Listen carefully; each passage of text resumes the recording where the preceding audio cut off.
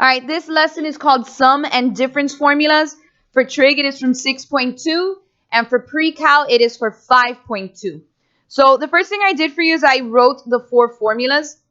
Let me explain to you first why these formulas are needed. I want you to think back to a time before we had our fancy calculators. And even if you look at this example, like 100 is not on my unit circle. So cosine of 100 wasn't one of those like main trig functions I knew off the top of my head. So through some long proof, right, these formulas came about saying that you can condense and expand. So for example, if I have the sum of these, so look at which formula has cosine, cosine plus sine, sine. Okay? And hopefully you match it up with the second one that says cosine, cosine plus sine, sine. Okay?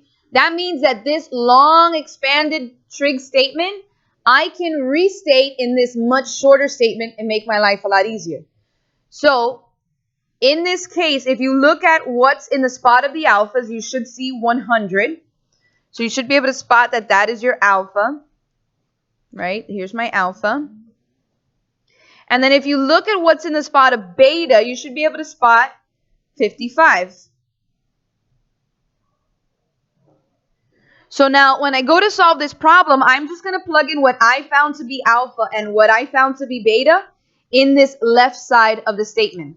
So now I can say cosine of alpha, which I found was 100, minus beta, which is 55. What is 100 minus 55? Right, it is 45. So right there, you just took step 1. You either use the formulas to condense or expand. In this scenario, I condensed because the expanded version, the values that it had did not exist on my unit circle. But the value that I got when I condensed, does 45 exist on my unit circle? Beautiful. So step 2, what is cosine of 45 on your unit circle? Nice. Radical 2 over 2. If I were to plug this entire long statement into my calculator or solve it by hand, you should get radical 2 over 2. But with this formula, I was able to do it much faster. Step 3, arithmetic, is only needed when I use the expanded version, because then whatever answer I get for each of those 4, I'd have to multiply and then add. Okay? Now, for those of you in a course where you have to memorize these, for my scenario, I have pre-cal memorized these. I always teach you the trick that cosines stick together. So notice that the 2 cosine rules have the cosine cosines together and then the sines together. Sine does the opposite. It does one of each and one of each. And then the only other thing that's different is sine keeps the same sign. So for example, if I was plus here, I'm plus here. And if I'm minus here, I'm minus here. Where cosine does the opposite. If I was plus, I was minus. And if I was minus, I was plus. And then make sure on each side of your plus or minus, you get 1 alpha, 1 beta, 1 alpha, 1 beta. You may see these formulas with theta and alpha, or with an x and a y. Remember, those just represent a variable, okay? So for this next question, we're going to start working with what we're using in this section with what we learned last section. Last section, we talked about verifying. So we need to prove that this left side is equal to this right side. Okay, now I haven't scrolled up all the way so that you can still see these formulas. On this left side, I have a cosine of 2 things being subtracted. Okay, if I don't know what theta is, I can't combine these 2. So hopefully your eyes get led to this second formula where I have cosine of 2 things being subtracted. You can kind of assume that if they give you the condensed, you're going to then use the expanded, and same vice versa. So in this case, let me use my other color. This pi is like my alpha, and this theta is like my beta, okay? So I'm going to expand it and say cosine of my alpha, which is pi, times cosine of my beta, which in this case is theta, plus sine of my alpha, so sine of pi, times sine of my beta, and my beta is theta. And I'm trying to prove that that is going to equal negative cosine of theta.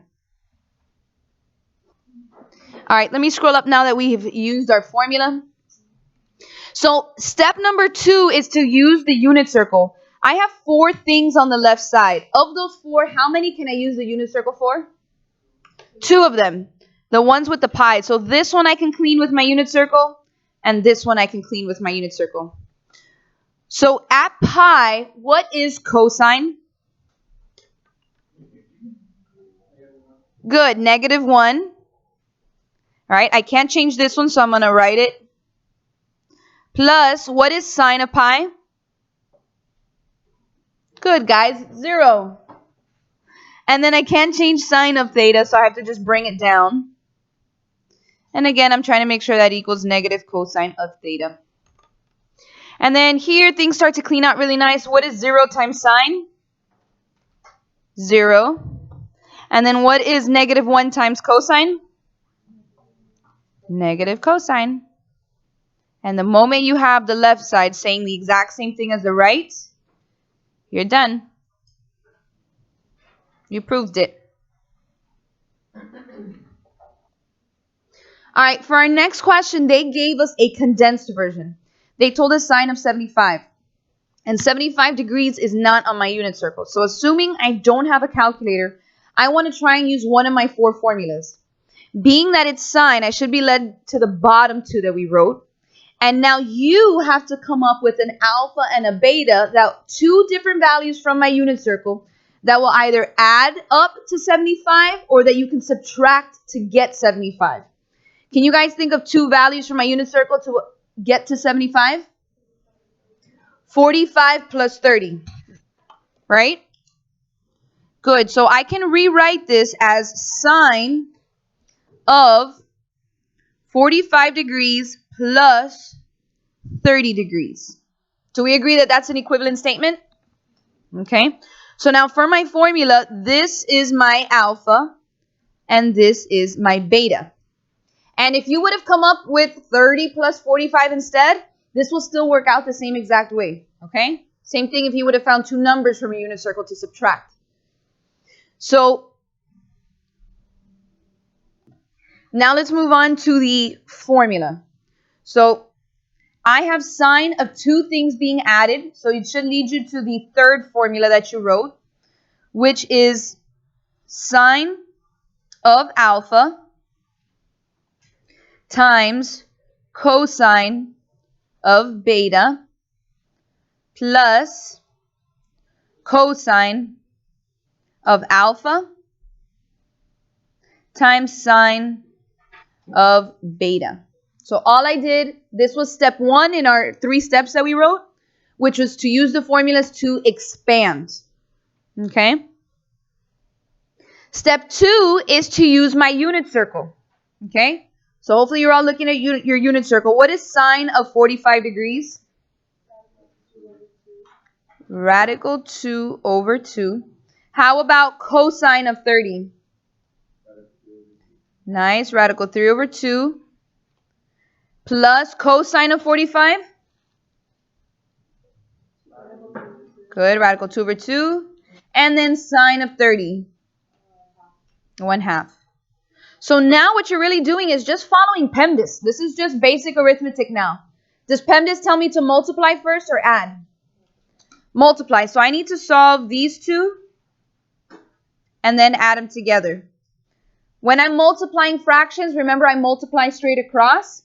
So radical 2 times radical 3 gives me radical 6 over, and then 2 times 2?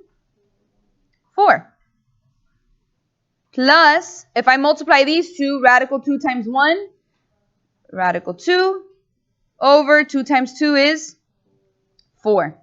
Am I allowed to add radicals if they have something different on the inside? Nope. So the furthest you can clean this, guys, is to say radical 6 plus radical 2 over the common denominator of 4. Okay? What if it was 2 radical 2 over 4? Would that be radical 4 over 4 or 4 in turn to 2 over 4? So what are two values that you can either add or subtract together to give you 15 degrees? 45 minus 30. Good. So I have sine of 45 degrees minus 30 degrees. Okay. Now that should lead me to the fourth formula that I wrote down. So you're going to be writing sine of 45 times cosine of 30 minus cosine of 45 times sine of 30. Okay, and that's just using the formula. Our next step should have been to go to the unit circle. Sine of 45 degrees is radical 2 over 2. Cosine of 30 is radical 3 over 2. And then I have minus cosine of 45 is radical 2 over 2. And sine of 30 is 1/2. Okay, remember PEMDAS tells me that I need to multiply first. So here I should get radical 6 over 4 minus radical 2 over 4. The cleanest you can write this is radical 6 minus radical 2 over 4. Good? All right, in our next example, this is probably a little bit of a tricky one. Until you realize what you're doing, the work will be simple afterwards, though. If cosine of theta is negative 3 over 5 in quadrant 2, and cosine of beta is 12 over 13 in quadrant 1, solve for sine of theta plus beta, and then the second question will be cosine of theta plus beta. Cosine of theta plus beta. So I hope it's a red flag that every time they give you the quadrant, that's meant to tell you the signs of what those values are going to be, okay? Take a moment and write out the expansion for A and B with the formulas, and that's going to give you more of an idea as to what you're going to need this top sentence for. All right? So here is your expansion for A. Looking at A, if I want to be able to solve A, and I look at what was given, do you guys see that cosine of theta? They gave you what the entire cosine of theta is going to equal. What is cosine of theta going to equal? Negative 3 over 5. Which is the other one that they gave you? Cosine of beta, right? Which is 12 over 13. So the reason why this question becomes a little difficult is because we have two missing pieces to this puzzle, okay? You're going to have to think back to some rules you learned a chapter or two ago, okay?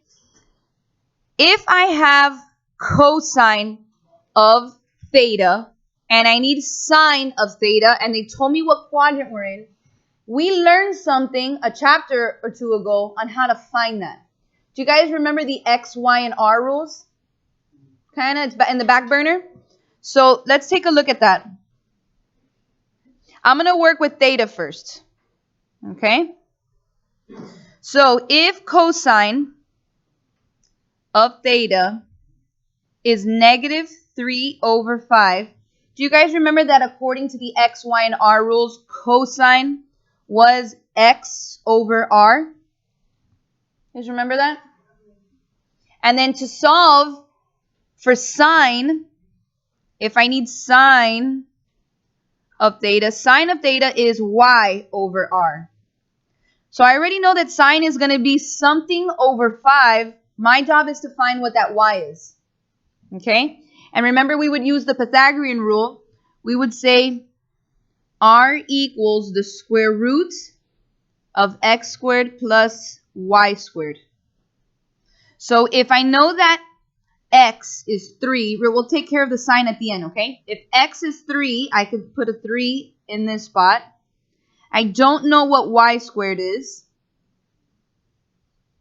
And then I know that r is 5. And with this equation, I can take a moment and solve for y. So in order to get that y out of that radical, I need to square both sides.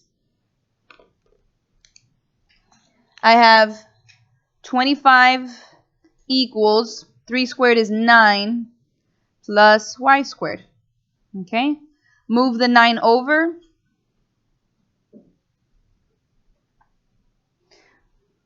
Okay, and what is 25 minus 9? Good, it's 16. And what is the square root of 16? Okay, so I know that I'm going to put this 4 right up there. And my fraction is going to be a 4 over 5.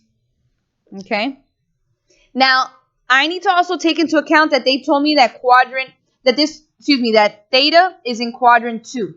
Okay, what can I say about quadrant 2? What are the signs in quadrant 2? It's negative, positive, right? So that should match up with the fact that they told you the cosine was negative, and I know that the sign that I just found now is going to be positive. Okay, so I just found that sine of theta is a positive 4 over 5. So that means I can plug in under sine of theta a positive 4 over 5. Okay, take a moment and do the same exact thing for beta using this cosine of beta information that they just gave you. So now I'm going to do the same exact thing for beta. They told me that cosine of beta is 12 over 13. And what I'm missing from my question is sine of beta. So based on my x, y, and r rules, I know that cosine is x over r and sine is y over r.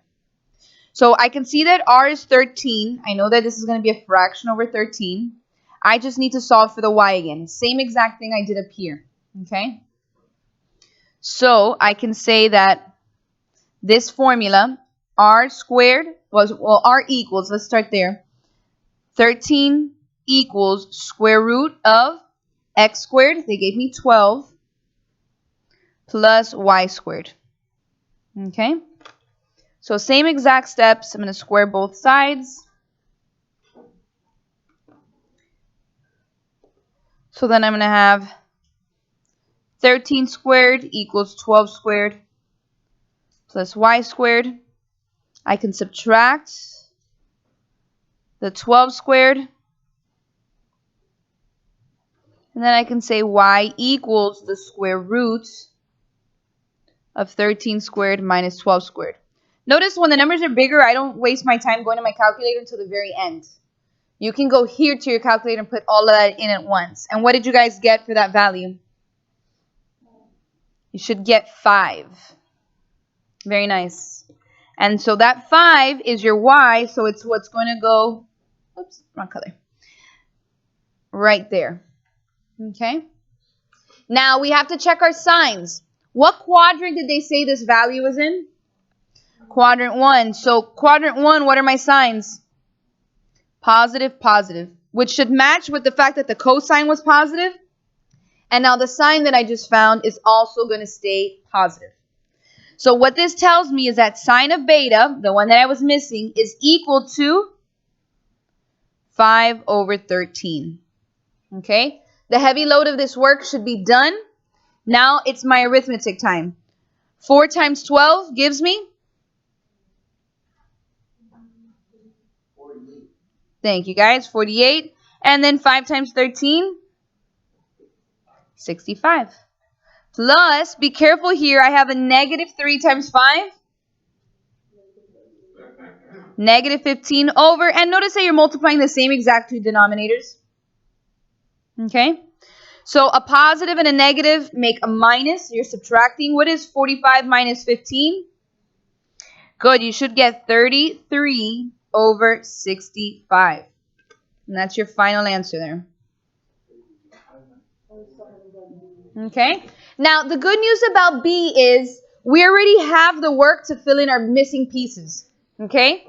So, for B, let's take a moment and expand. So, look at B. B is cosine. So, I have to expand according to the formula of cosine of two things being added. So remember, in cosine, seeds stick together. So I have cosine of the first times cosine of the second, opposite sign, and then sine of the first times sine of the second. So the good news is here, guys, is that you already did all of the heavy lifting. You already did all of the work to find what those are, okay? So cosine of beta was given to me, 12 over 13. And cosine of theta was also given to me, negative 3 over 5. And now the 2 on the right, the two signs are the two signs that I just found doing my work over here. So, right, and you could even look at your previous question to help you out. You have minus sine of theta was 4 over 5, and sine of beta we found was 5 over 13. Told you the heavy lifting was already done. Okay? So now negative 3 times 12. Negative 36 over, it's my same denominators, which gives me 65, minus 4 times 5 over the same denominators being multiplied, 65. Negative 36 and negative 20 give me negative 56, and you keep your common denominator. And we are done with this question. Okay? So the next formula that I've added is the last one we'll do for today. It's the sum and difference of tangent. Okay? So again, for my students who I have memorized this, when I have tangent of two things being added, you separate each of those things with a tangent. So tangent of the first plus tangent of the second over 1 minus those two tangents being multiplied. So if it's a positive, it should be positive on the top, minus on the bottom. And if it's minus, it should be minus on the top, plus on the bottom. Everything else stays the same. Okay? Something that happens where a lot of students mess up on these questions is on the bottom, they forget to follow PEMDAS, and they forget to multiply these two first, and then do your adding and subtracting with the 1. Okay? So if I look at this first question, my first thing is pi, and my second thing is theta.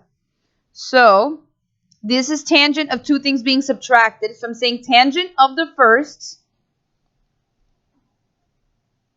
minus tangent of the second over 1 plus tangent of the first times tangent of the second. Okay? Now from this that I rewrote, what can I clean up using my unit circle? Tangent of pi. Good. This can get cleaned up right now. And so can this guy. What does tangent of pi give me?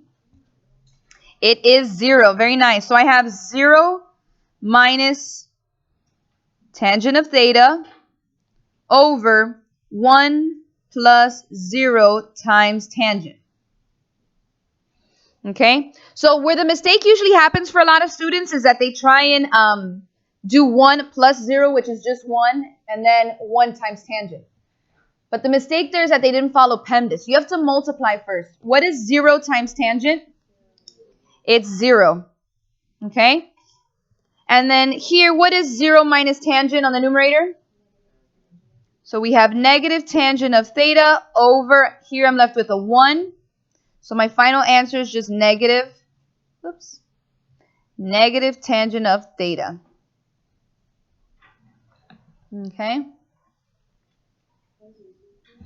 Easy, right? Nice question.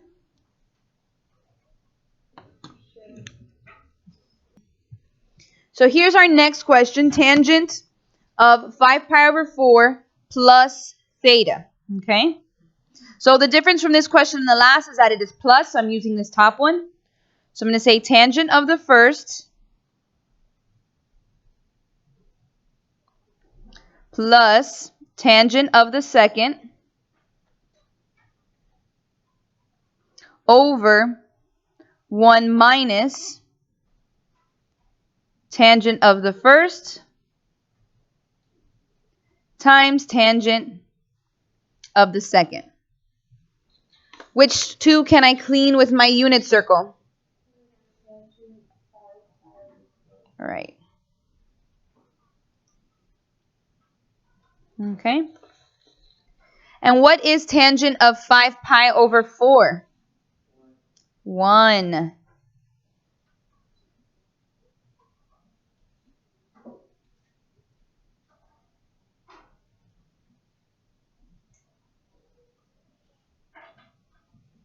So now again, please be careful with your PEMDAS. I've had students make mistakes here where they say 1 minus 1 is 0.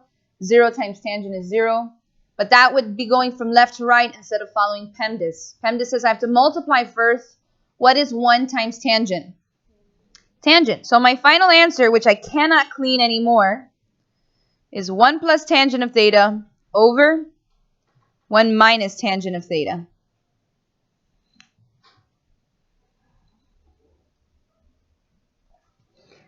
All right, here is your next question. We have cosine of two things being added.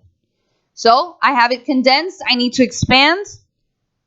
That will be cosine of the first times cosine of the second, then opposite sign, sine of the first times sine of the second. Okay? Which two can I clean here using my unit circle? The cosine of pi's and the sine of pi. What is cosine of pi? -1. We have cosine of beta minus, what is sine of pi? 0. And then we rewrite sine of beta. 0 times anything is? Nice. So my final answer here is a negative cosine of beta.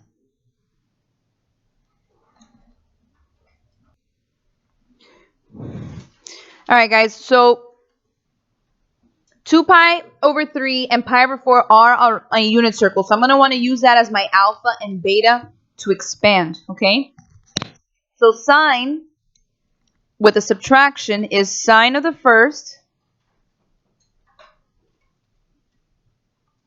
times cosine of the second. Keep the same sign minus cosine of the first times sine of the second. Okay? A good way to make sure you don't mess up, guys, in flipping the alpha and beta is that if cosine had pi over 4 here, the opposite one should have it here. Like sine should have it then, okay? So now we go to our unit circle. What is sine of 2 pi over 3? Radical 3 over 2. How about cosine of pi over 4? Radical 2 over 2. Cosine of 2 pi over 3? Okay, and then sine of pi over 4? Okay, make sure you follow PEMDAS.